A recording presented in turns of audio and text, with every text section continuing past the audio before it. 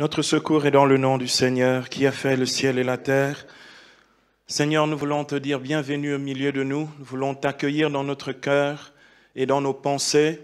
Et nous voulons que tu puisses nous révéler encore par ta sagesse tout ce que nous avons à connaître et à comprendre sur le mystère du Saint Baptême. Et nous prions véritablement que ce que nous confessons dans la foi, que nous puissions le vivre pleinement et que nous puissions trouver, Seigneur, dans l'expérience de la foi qui est la nôtre, le moyen de vivre sans cesse avec toi et pour toi et de te manifester au travers de notre propre vie. Saint-Esprit de Dieu, viens parler dans nos cœurs, viens nous donner de pouvoir accueillir avec gratitude, avec reconnaissance les dons de Dieu et particulièrement le don du Saint Baptême, au nom du Père et du Fils et du Saint-Esprit. Amen.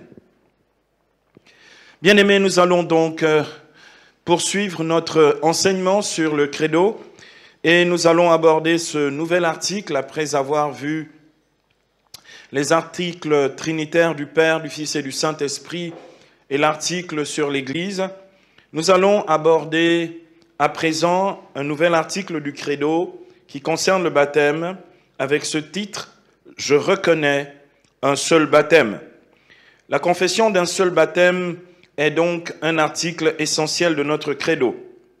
Nous déclarons avec toute l'Église en sa catholicité selon le credo de Constantinople I « Je reconnais un seul baptême pour le pardon des péchés ». Tout ce qui est dit là est très précis et les pères du concile de Constantinople I n'ont pas choisi par hasard les mots et nous allons voir que c'est riche et tellement dense du point de vue de l'intelligence de la foi que l'affirmation voulue par les pères est clairement « Je reconnais un seul baptême pour la rémission ou le pardon des péchés ». En effet, l'affirmation d'un seul baptême est inséparable de l'affirmation d'un seul salut et d'un seul Dieu dans une seule Église catholique et apostolique.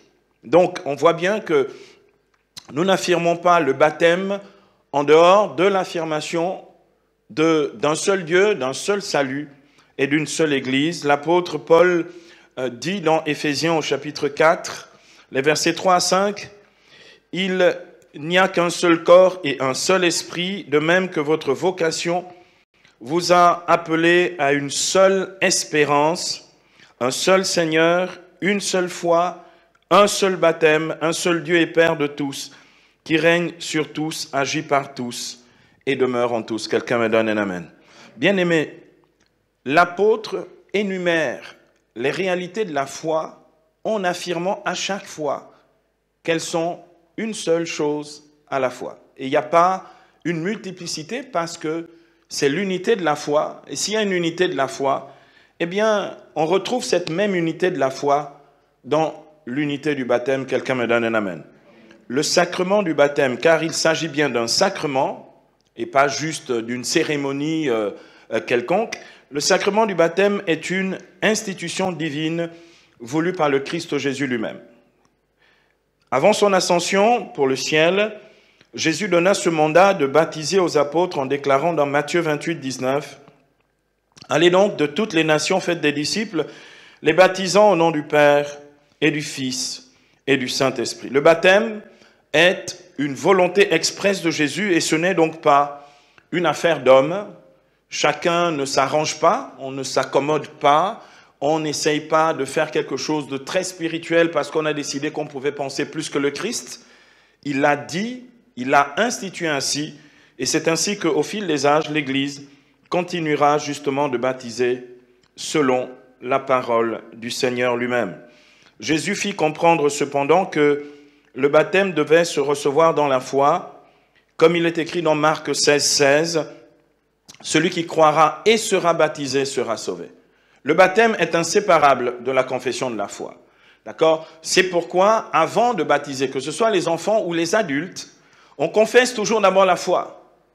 Et ensuite, on va dire, telle est notre foi, telle est la foi de l'Église dans laquelle, justement, cet enfant va être baptisé ou que les adultes vont être baptisés.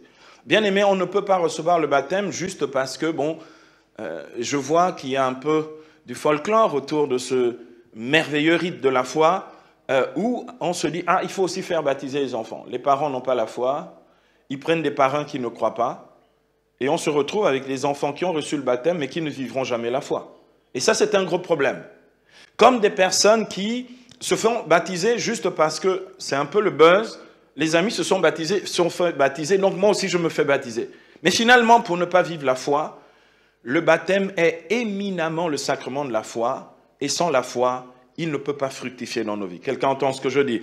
C'est pourquoi vous avez énormément de baptisés, et finalement peu de croyants, peu de personnes qui vivent en Christ et qui marchent avec le Christ, parce qu'ils n'ont pas d'abord confessé la foi avant de recevoir le baptême. C'est pourquoi, justement, notre reconnaissance de l'unicité du baptême s'inscrit dans la confession de la foi de l'Église.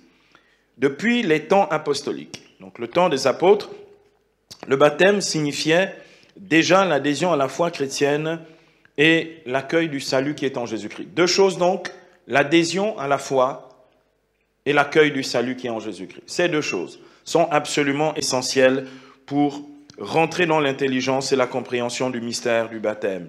Ceci dit, le baptême est devenu un objet de la confession de la foi parce que depuis les temps des apôtres, de nombreuses conceptions sur le baptême se sont faites jour au point d'égarer même les fidèles. Par exemple, comme on le voit dans la première épître aux Corinthiens, certains chrétiens se faisaient baptiser même à la place des morts qui n'avaient pas pu recevoir le baptême avant leur départ. Comme on le voit dans 1 Corinthiens 15, verset 29, je suis presque sûr que vous n'avez jamais fait attention à cette affaire. D'accord? Il y en a qui se faisaient baptiser pour les morts. Bon, on a arrêté cette pratique parce que le baptême est un engagement personnel, comme notre foi est un engagement personnel.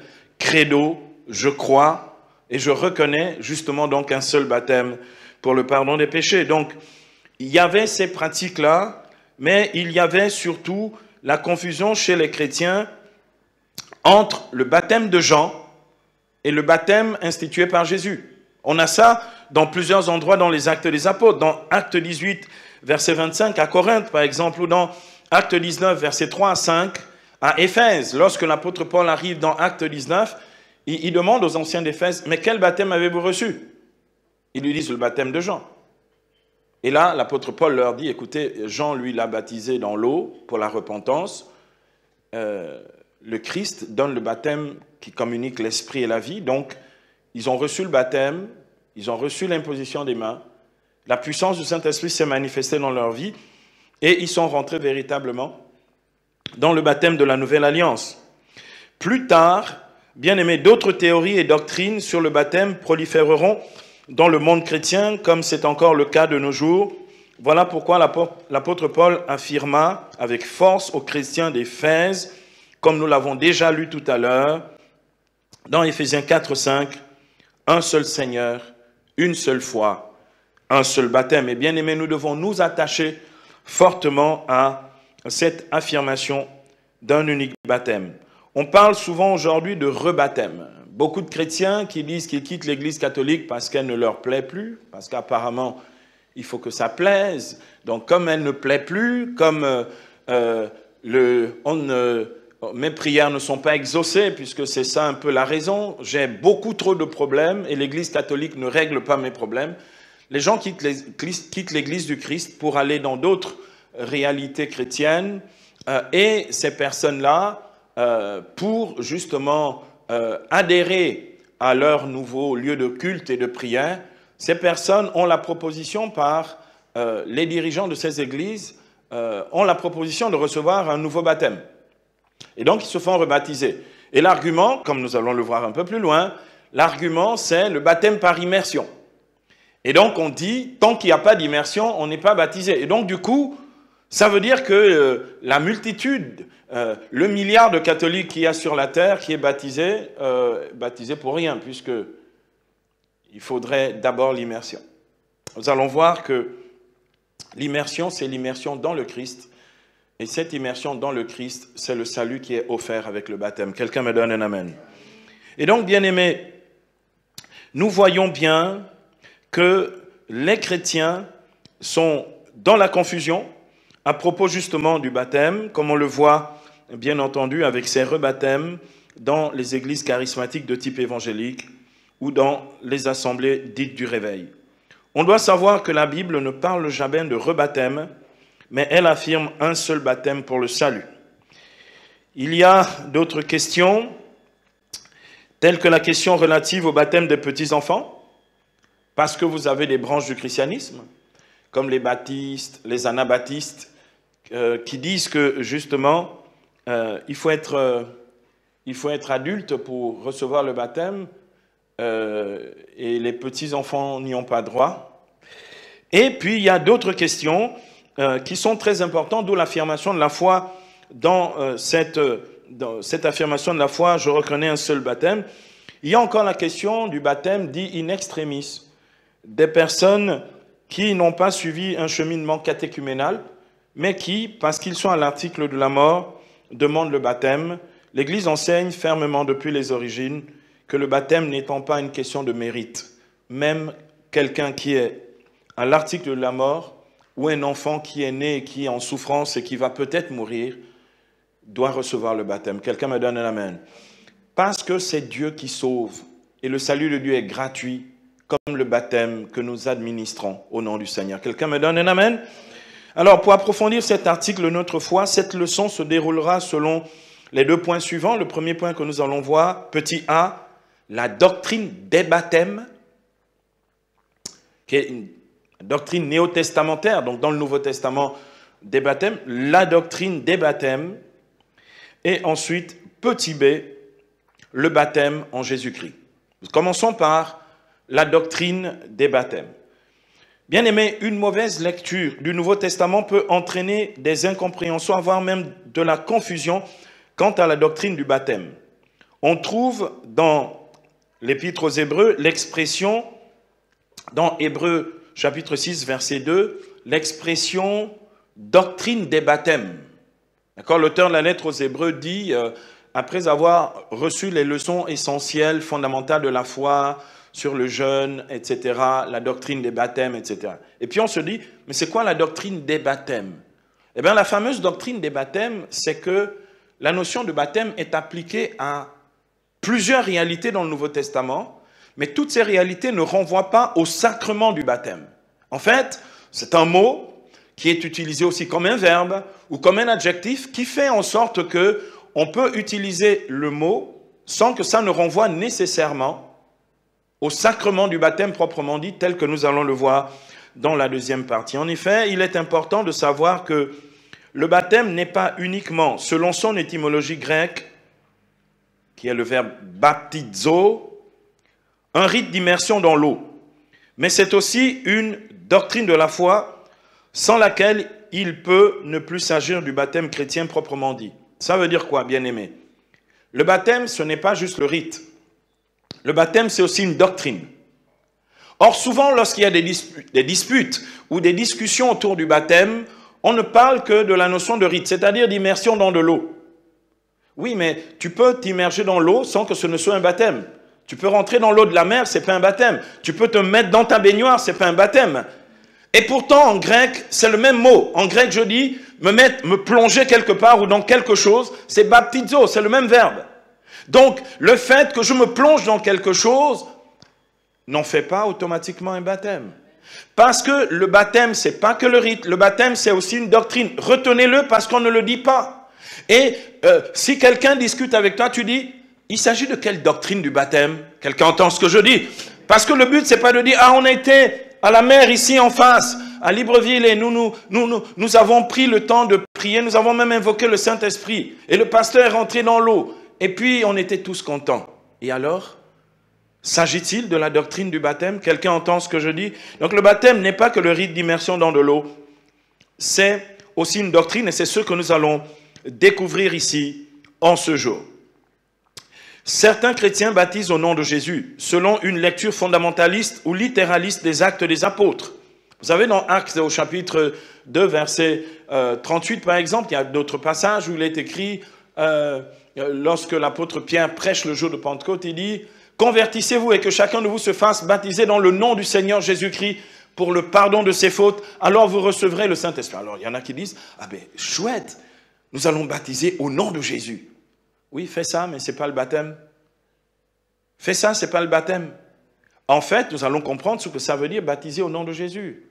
Ça veut dire qu'il faut préalablement donner sa vie à Jésus avant de recevoir le baptême institué par lui-même, qui est le baptême au nom du Père, du Fils et du Saint-Esprit.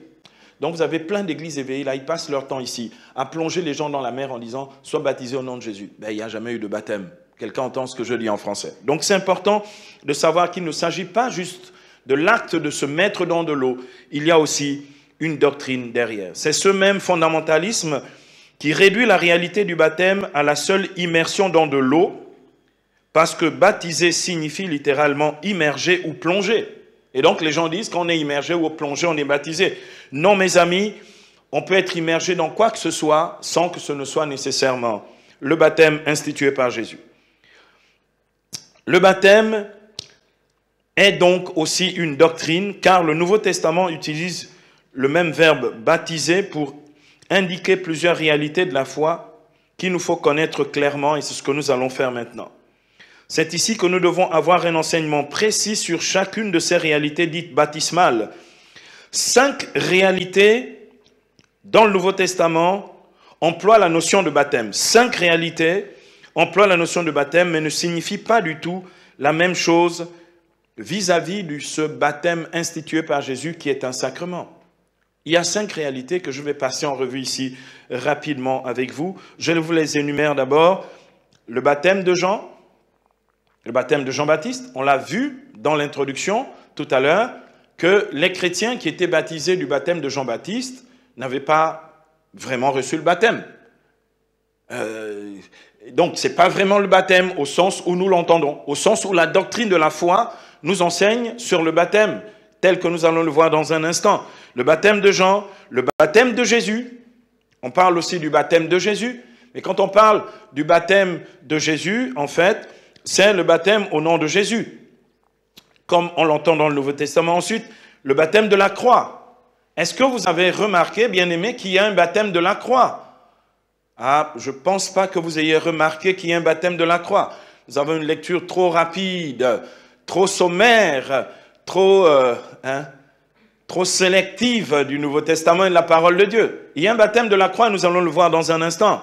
Ensuite, le baptême dans le Saint-Esprit. Ah, ça nous connaissons, le baptême du Saint-Esprit, parce que, bon, bien sûr, c'est accompagné de la chair de poule et puis de quelques autres phénomènes. Donc, ça, nous savons ce que c'est que le baptême du Saint-Esprit. Et puis, enfin, 5e, le baptême trinitaire. Le baptême institué par Jésus lui-même, tel que nous l'avons dans Matthieu 28, verset 19, et que nous allons approfondir, parce que c'est ce baptême-là qui sera accueilli comme réalité sacramentelle dans l'Église. Alors, je vais vous les passer en revue. Commençons d'abord par le baptême de Jean. La notion de baptême apparaît dans le Nouveau Testament avec le baptême proclamé par Jean le Baptiste. Il s'agit d'un baptême que Jésus lui-même a reçu, comme on le voit dans Matthieu chapitre 3, à partir du verset 13, et que certains de ses disciples, eux aussi, ont reçu. En tout cas, au moins les 2 premiers, qui étaient d'abord disciples de Jean, à savoir André, frère de Simon-Pierre, et Philippe. D'accord? Et donc, ces disciples, comme Jésus, ont reçu le baptême de Jean. Il est écrit dans Marc au chapitre 1er, versets 4 à 5, « Jean le Baptiste parut dans le désert proclamant un baptême de conversion en vue du pardon des péchés. Tout le pays de Judée et tous les habitants de Jérusalem se rendaient auprès de lui. Ils se faisaient baptiser par lui dans le Jourdain en confessant leurs péchés. » Ça, c'est clairement décrit dans ces 3 versets. Nous avons ici clairement décrit le baptême proclamé par Jean. Le baptême de Jean était donc un simple rite de purification dans les eaux du Jourdain qui faisait suite à une décision de conversion. Voilà le baptême de Jean. Ce n'était qu'en fait un rite de purification. Ce n'était pas du tout le baptême qui sauve. Ce n'était pas du tout le baptême qui nous fait membres du corps du Christ. Ce n'était pas du tout le baptême qui nous donne la vie éternelle. C'était juste un rite de purification qui accompagnait la conversion. Bien aimé, est-ce que vous n'avez pas remarqué que dans nos villages, de temps en temps, il se passe ce genre de choses quand il y a certaines cérémonies de réconciliation où les gens vont se laver ou se laver les mains ou laver le corps, etc., pour se purifier de quelque chose. Eh bien, c'est quelque chose de très analogue que nous avons ici. Ce n'est pas du tout le baptême qui sauve. C'est juste un rite de purification parce que le peuple voulait revenir au Seigneur. Le peuple a entendu ce que dit le prophète Ézéchiel dans Ézéchiel 26. « Je répandrai sur vous une eau pure et vous serez purifiés. » Ézéchiel chapitre 26, verset 25. « De toutes vos souillures, je vous purifierai. Je vous donnerai un cœur nouveau, un esprit nouveau. » Donc, le prophète Ézéchiel, donc j'ai dit Ézéchiel 26, non, Ézéchiel 36, excusez-moi, ce rite-là est donc un rite de purification pour les péchés. Voilà pourquoi lorsque Paul rencontre les anciens de l'église d'Éphèse, il va leur expliquer que ce baptême n'équivaut pas à celui institué par Jésus. Dans Acte 19, les versets 3 à 4. Paul demandant « Quel baptême avez-vous reçu ?» Ils répondirent « Le baptême de Jean. » Paul reprit « Jean donnait un baptême de conversion et il demandait au peuple de croire en celui qui viendrait après lui, c'est-à-dire Jésus. » Jean dit « Moi, je vous baptise, mais il vient derrière moi quelqu'un qui est plus grand que moi. » Lui baptise dans l'esprit. Et donc, Jean n'institue pas le baptême qui serait le baptême par lequel nous devrions être sauvés. Or, ce baptême de Jean n'était, à vrai dire, qu'une simple immersion dans l'eau du Jourdain, comme beaucoup le font encore aujourd'hui, avec la conviction qu'il s'agit du vrai baptême. Dans les églises pentecôtistes, dans certaines églises pentecôtistes et baptistes, ils font la distinction entre baptême d'eau et baptême du Saint-Esprit. Donc, quand ils disent baptême d'eau, il y a quelque chose qui est très analogue au baptême de Jean, où ils pensent qu'il faut d'abord passer dans l'eau et ensuite il faut recevoir l'imposition des mains pour recevoir le baptême du Saint-Esprit. Et le signe pour eux qu'on est baptisé du Saint-Esprit, c'est qu'on parle en langue. Eh bien non. Ils réitèrent en fait quelque chose d'analogue au baptême de Jean-Baptiste, et ce n'est pas ça le baptême. Quelqu'un entend ce que je dis? Ce n'est pas ça le baptême. Le Nouveau Testament parle aussi, deuxièmement, du baptême au nom de Jésus, comme on le voit dans Acte 8, verset 16, dans Acte 10, 48, et dans Acte 19, verset 5. Comme le déclarait Pierre aux foules le jour de la Pentecôte, je l'ai déjà cité dans Acte 2, 38, « Convertissez-vous et que chacun de vous se fasse baptiser au nom de Jésus-Christ pour le pardon de ses péchés. » Il ne s'agit pas d'une autre option pour le baptême, car selon la tradition, il s'agit ici simplement de l'adhésion au Christ qui précède le baptême lui-même, comme il est écrit dans Marc 16, 16. « Celui qui croira et sera baptisé sera sauvé. » Nous croyons au salut qui est en Jésus-Christ, et avant de recevoir le baptême, nous devons d'abord, avant tout, confesser Jésus et lui donner notre vie. Il s'agit donc d'abord de croire au nom de Jésus, comme il est écrit dans Acte 4, 12, « Il n'y a pas sous le ciel un autre nom donné aux hommes par lequel nous puissions être sauvés, si ce n'est ce glorieux nom de Jésus. » L'évangéliste Jean nous dit que la vie de ceux qui ont foi se trouve dans le nom de Jésus, le Fils de Dieu. Jean chapitre 20, verset 31. Aussi, bien-aimés, être baptisé, c'est donc avant tout, avant de recevoir même le baptême, c'est donc avant tout accueillir Jésus comme Seigneur personnel de nos vies. C'est ce que dit Romains 10, verset 9, que nous avons déjà vu. Si ta bouche confesse que Jésus est Seigneur, si tu crois dans ton cœur que Dieu l'a ressuscité des morts, tu seras sauvé. Il y a donc nécessité d'abord de croire en lui pour recevoir le baptême. Et donc, lorsqu'on dit baptiser au nom de Jésus, ça veut dire baptisé après avoir accueilli Jésus-Christ comme sauveur personnel de nos vies. Il ne s'agit donc pas d'un baptême particulier qui se ferait au nom de Jésus, puisque ce n'est pas ainsi que Jésus lui-même a indiqué que nous devrions baptiser. Troisième réalité qui a le nom de baptême dans le Nouveau Testament, il s'agit du baptême de la croix. Et bien aimé, beaucoup de ceux qui lisent la Bible et qui parlent des baptêmes ne relèvent jamais un type particulier de baptême évoqué par Jésus lui-même, à savoir le baptême de la croix. Jésus déclare à cet effet dans Luc 12, versets 49 à 50, « C'est un feu que je suis venu apporter sur la terre, et comme je voudrais qu'il soit déjà allumé, c'est un baptême, dit Jésus, que j'ai à recevoir, et comme cela me pèse, jusqu'à ce qu'il soit accompli. » Donc Jésus lui-même dit qu'il est venu pour recevoir un baptême. Bien aimé, je me pose la question, de quel baptême s'agit-il? Eh bien, le baptême dont parle Jésus ici, l'immersion dont parle Jésus ici, n'a rien à voir avec l'eau. Le baptême dont parle Jésus ici, c'est le baptême de la croix. Et donc, bien-aimés, le baptême que Jésus souhaite ardemment accomplir est le baptême de la croix, car c'est à la croix qu'il dira, dans Jean 19, 30, « Tout est accompli ».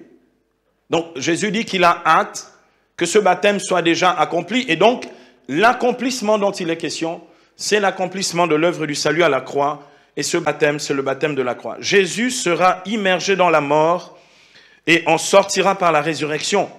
Voilà pourquoi Paul dit, à propos justement du baptême que nous recevons en lui, dans Romains au chapitre 6, les versets 3 à 4, Jésus dit, « Ou bien ignorez-vous que nous tous baptisés en Jésus-Christ, c'est en sa mort que nous avons été baptisés. » Alors bien aimé, qu'est-ce que ça veut dire? En sa mort que nous avons été baptisés.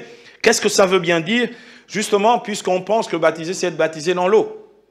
D'accord? C'est en sa mort, dit l'Écriture, que nous avons été baptisés. Par le baptême en sa mort, nous avons donc été ensevelis avec lui, afin que, comme Christ est ressuscité des morts par la gloire du Père, nous menions nous aussi une vie nouvelle. Donc, bien aimé, le baptême, ce n'est pas donc d'abord une question d'eau, c'est d'abord une réalité de grâce. Et nous venons de voir ici, à travers cette notion de baptême, du baptême de la croix, nous venons de réaliser que le baptême n'a rien à voir avec ce que nous croyons habituellement. Et c'est vrai que le manque d'intelligence spirituelle des croyants et de beaucoup de croyants fait justement penser qu'il n'est que question d'eau, alors que Jésus utilise ici la notion de baptême pour la croix. Quelqu'un me donne un amen. Bien aimé, le Nouveau Testament parle aussi du baptême dans l'esprit. Nous avons déjà été longuement enseignés sur ça et nous comprenons un peu mieux cette réalité, le baptême dans l'esprit. Mais c'est important pour nous de revenir là-dessus.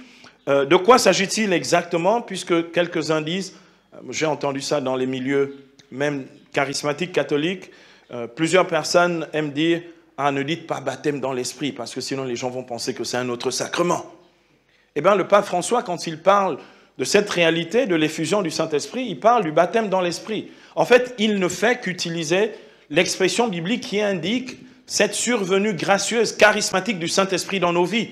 Et donc, bien aimé, pourquoi avoir peur des termes, puisque c'est comme ça que le Nouveau Testament le nomme? Quelqu'un me donne un amen. Et donc, bien aimé, le baptême dans l'esprit évoque les effusions multiples du Saint-Esprit, comme on le voit déjà la première fois, selon la promesse de Jésus, le jour de la Pentecôte. Jésus dit dans Actes 1,5, « Jean a donné un baptême dans l'eau, mais vous, c'est dans le Saint-Esprit que vous serez baptisés sous peu de jours. » Donc, Jésus dit qu'en fait, toutes les fois que nous sommes plongés dans le Saint-Esprit, et pourtant ça n'a rien d'une réalité matérielle, physique, de l'eau, nous sommes réellement baptisés. Quelqu'un me donne un amen. Ça veut dire quoi? Que la notion de baptême, et si j'aimerais que les chrétiens commencent à éveiller leur intelligence spirituelle pour se dire, ah, peut-être que la notion de baptême ne se limite pas simplement à une plongée dans de l'eau, puisqu'il est question ici clairement, dans la bouche de Jésus, d'un baptême dans l'esprit. Jésus confirmait ici la prophétie de Jean le Baptiste, que l'on trouve dans Luc au chapitre 3, verset 16, où Jean-Baptiste dit que Jésus, qui vient après lui, baptisera dans l'Esprit Saint et dans le feu. Donc, en fait, le baptême dans l'Esprit Saint, qui est un baptême dans l'Esprit et dans le feu, n'a strictement rien à voir avec le baptême sacramentel. C'est juste ce que l'on appelle habituellement l'effusion du Saint-Esprit. Ailleurs, dans l'Évangile selon saint Jean, Jean le Baptiste confirmera cette annonce prophétique en déclarant dans Jean chapitre 1er, verset 33 à 34, Jean chapitre 1er, verset 33 à 34, Jean dira, « Et moi je ne le connaissais pas », il parle de Jésus, « mais celui qui m'a envoyé baptiser dans l'eau, c'est lui qui m'a dit, celui sur lequel tu verras l'Esprit descendre et demeurer, c'est lui qui baptise dans l'Esprit Saint. Et moi, j'ai vu et j'atteste qu'il est, lui, l'élu de Dieu. » Donc Jean-Baptiste dit que Jésus vient pour baptiser dans le Saint-Esprit. Et donc, bien aimé, c'est important pour nous de comprendre ces choses-là pour ne pas croire que dès qu'on dit baptême dans le Nouveau Testament, on parle du baptême sacramentel. Non, ici, il s'agit d'une autre réalité de grâce qui est véritablement charismatique. Dans le livre des Actes des Apôtres, on voit de nombreuses manifestations subites et spontanées de l'Esprit qui ne se présente pas comme un sacrement administré par les apôtres. Il s'agit d'effusion purement charismatique de l'Esprit, comme dans Acte 2, verset 4. Il est écrit, ils furent remplis du Saint-Esprit et se mirent à parler en d'autres langues. Dans Acte 4, 31, Acte 10, 44 à 46, eh bien, tous ces lieux où le Saint-Esprit survient et surgit charismatiquement sont des baptêmes dans l'Esprit, comme Jésus l'a promis, et ça n'a strictement rien à voir avec, justement, une immersion dans l'eau. Vous savez ce que ça veut dire, exfusio, qui a donné effusion? C'était une expression de Saint Augustin. C'est lui qui invente le terme exfusio, effusion du Saint-Esprit. Exfusio, ça veut dire inondation. Quelqu'un entend? Donc, en fait, il y a une réalité qui ressemble à l'immersion dans l'eau, mais cette fois, on est inondé, non pas par l'eau, mais par le Saint-Esprit. Quelqu'un me donne un amen? Parce qu'une des images, et ce n'est pas sa réalité, c'est juste une image du Saint-Esprit, comme on le voit dans Ézéchiel 47, ou comme on le voit dans Jean chapitre 7, versets 37 à 38, lorsque Jésus dit, si quelqu'un a soif, qu'il vienne à moi et qu'il boive, celui qui croit en moi, des fleuves d'eau vive couleront de son cœur. Jésus parlait de l'Esprit. Il parlait de l'Esprit. Donc cette réalité de l'Esprit, justement, est une réalité dans laquelle nous devons être plongés. Et la notion de plongée, c'est la notion de baptême. Et le baptême dans l'Esprit n'est pas le baptême sacramentel. Donc on peut employer l'expression sans se tromper du point de vue de la foi. C'est pour éviter donc ce vocabulaire sacramentel du baptême que le renouveau charismatique catholique avait opté pour l'appellation effusion du Saint-Esprit plutôt que de baptême dans l'Esprit, qui reste valable cependant sur un plan purement biblique, puisque Jésus en parle ainsi. Comme on le voit, le baptême n'est pas seulement un rite d'immersion dans l'eau, c'est aussi une doctrine. Donc, c'est bien de savoir dans quelle doctrine du baptême on se situe quand on parle véritablement du baptême. Quelqu'un me donne un amen? Bien-aimés, enfin, dans le Nouveau Testament, 5e expression à laquelle est associée ou appropriée la notion de baptême, c'est le baptême dont parle Jésus, qui est le baptême trinitaire, ou le baptême dans la Sainte Trinité, dont parle Jésus avant de quitter ce monde, avant l'ascension, lorsqu'il déclare dans l'envoi des disciples à la fin de l'évangile selon saint Matthieu, que j'ai déjà cité, dans Matthieu 28, verset 19, « Allez donc de toutes les nations faites des disciples, les baptisant au nom du Père, du Fils et du Saint-Esprit. » On s'attendrait à ce que Jésus dise, les baptisant dans l'eau. Est-ce que quelqu'un entend? Jésus ne s'attarde pas sur la réalité aquatique du baptême. Jésus ne spécule pas sur est-ce que c'est dans l'eau ou c'est pas dans l'eau. Jésus dit, vous les baptiserez, les disciples, au nom du Père, du Fils et du Saint-Esprit. L'essentiel, le plus important du baptême, c'est cette formule-ci. Quelqu'un me donne un amen. C'est pas l'eau, c'est pas la quantité d'eau. Et jamais l'Église ne l'a d'abord entendu comme une question d'eau ou de quantité d'eau, comme nous allons le voir. Je vais vous citer les textes les plus anciens qui datent du 1er siècle pour montrer toutes les façons que l'Église utilisait pour baptiser. Et vous allez vous rendre compte que cette polémique sur l'immersion est une fausse polémique parce que le baptême, comme dit Jésus ici, c'est au nom du Père et du Fils et du Saint-Esprit. Quelqu'un me donne un amen. Par cet envoi, Jésus indiquait clairement comment baptiser et que dire précisément en baptisant. Comment baptiser et que dire précisément en baptisant. Signalons qu'il n'évoque pas du tout l'eau, mais il parle d'une immersion que l'on peut considérer comme une immersion de nature spirituelle dans le nom du Père, du Fils et du Saint-Esprit. Au concile de Florence, qui est un concile médiéval, en 441, dans la doctrine des sacrements, à propos du baptême, le concile de Florence disait ceci, « La cause principale d'où le baptême tient sa vertu est la Sainte Trinité. » La cause principale d'où le baptême tient sa vertu, c'est la Sainte Trinité. La cause instrumentale, celui qui fait l'action, est le ministre qui donne le sacrement. Si l'acte qui est exécuté par ce ministre est exprimé avec l'invocation de la Sainte Trinité, le sacrement est accompli. Ici, j'attends un amen. Si le ministre, qui est la cause instrumentale du sacrement, le fait en invoquant la Sainte Trinité du Père et du Fils et du Saint-Esprit, le baptême est accompli. Amen. Bien-aimés, c'était la doctrine des baptêmes. Vous vous rendez compte, hein, c'est important que nous ayons fait ce parcours pour réaliser qu'il ne suffit pas juste de dire baptême. Derrière baptême, il y a non seulement un rite, mais il y a aussi une doctrine. Et si on n'est pas dans la bonne doctrine du baptême, on ne parle plus du baptême institué par Jésus. Petit b à présent, le baptême en Jésus-Christ. Regardons à présent le baptême en Jésus-Christ. Bien-aimé, notre foi professe que je reconnais un seul baptême pour le pardon des péchés. Cette notion de baptême unique est déjà affirmée dans l'épître aux Éphésiens, comme nous l'avons vu dans Éphésiens 4, 6, un seul Seigneur, une seule foi, un seul baptême. Donc, ce n'est pas une insistance de l'Église catholique parce qu'on ne veut pas reconnaître les autres baptêmes hors de l'Église. Non, c'est juste parce que c'est une vérité doctrinale qui est dans la parole de Dieu. L'unicité du baptême repose sur l'unicité de la foi au Dieu unique et sur l'unicité de l'Église. L'unicité du baptême, déclarer un seul baptême, c'est parce qu'il n'y a qu'un Dieu et qu'une Église. Le Christ n'est pas venu pour dire qu'il y avait 1000 dieux et 1000 églises. D'accord ? Il dit clairement à Pierre, dans Matthieu 16, 16, « Tu es Pierre, sur cette pierre je bâtirai mon église ». Il parle au singulier, nous l'avons déjà vu dans l'article sur l'église. Et donc, bien aimé, une église, un baptême.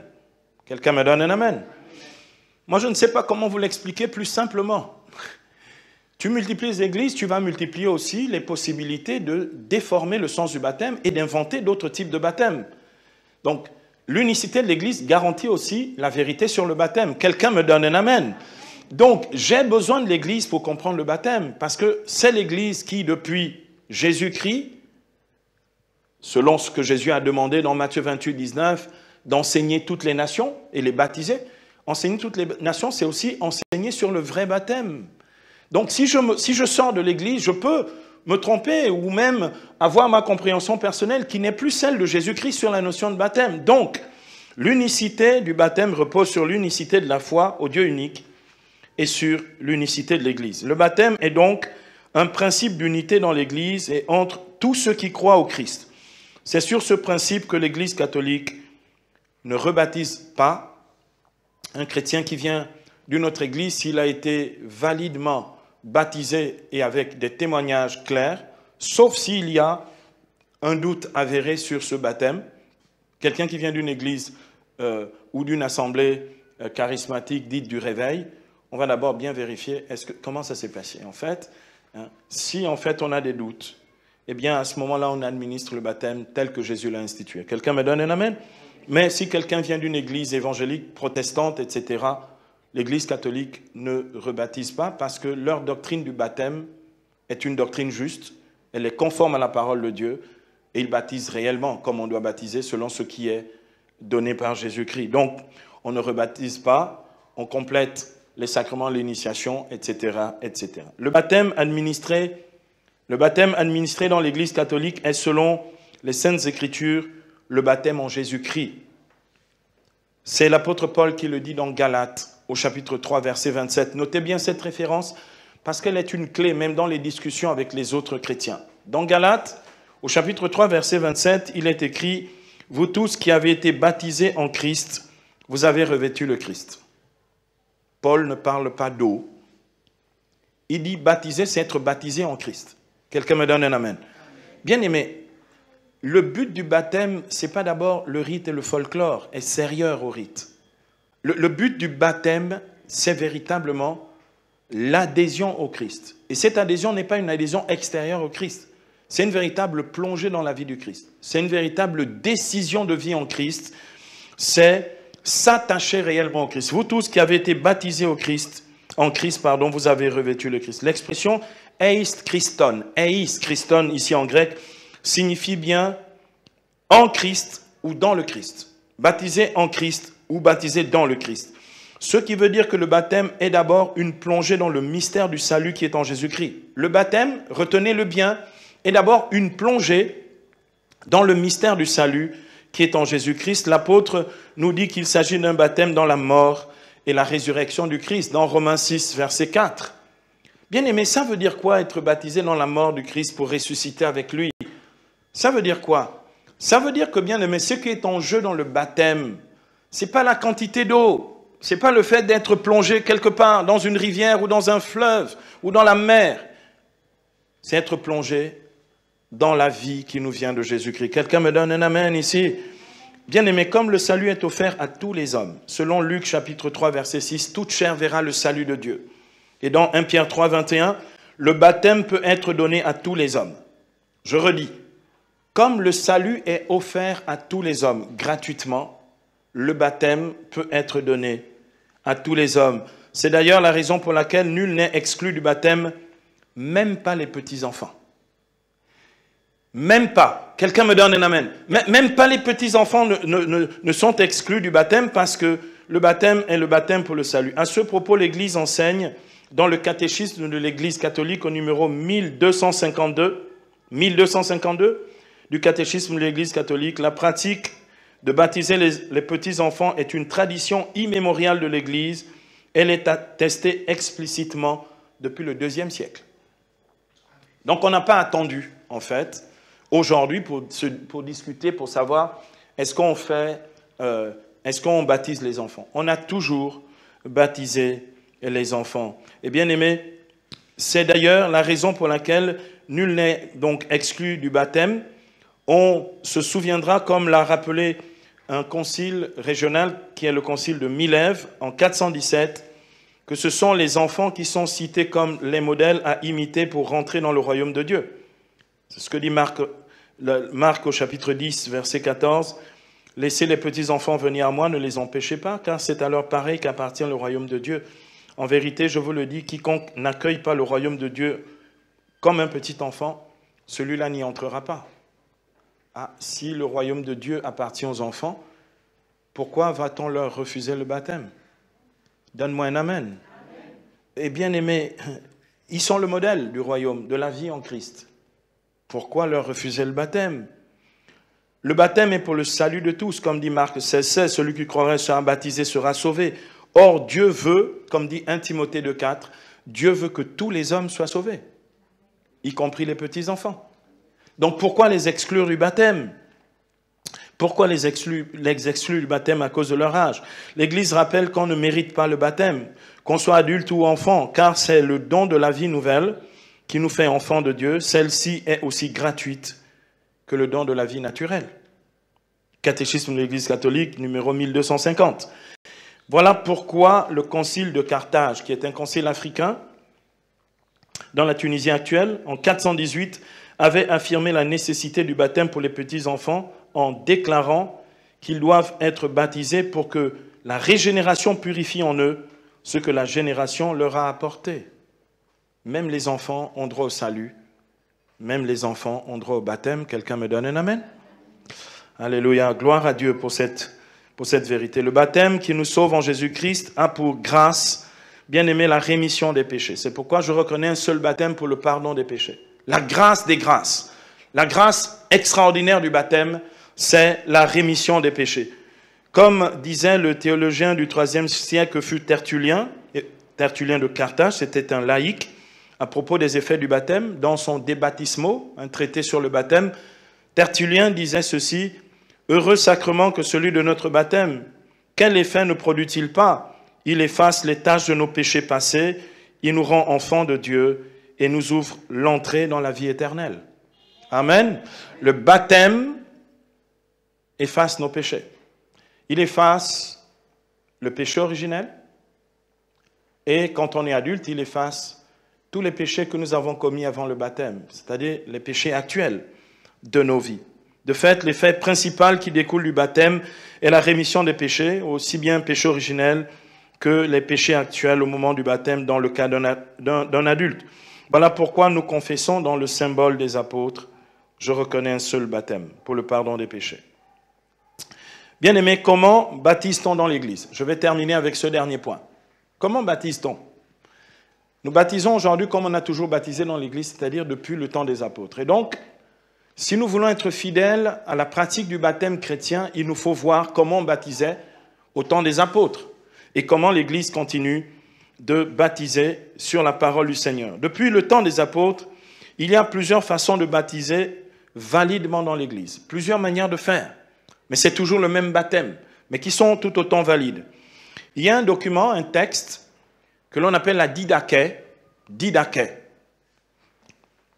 avec un E accent grave à la fin, didaché, qui est, en fait, c'est du grec, didaskali ou didaché, c'est l'enseignement des apôtres, qui est, en fait, qui a été rédigé en même temps qu'on rédigeait le Nouveau Testament. On peut le considérer comme le premier catéchisme de l'Église catholique.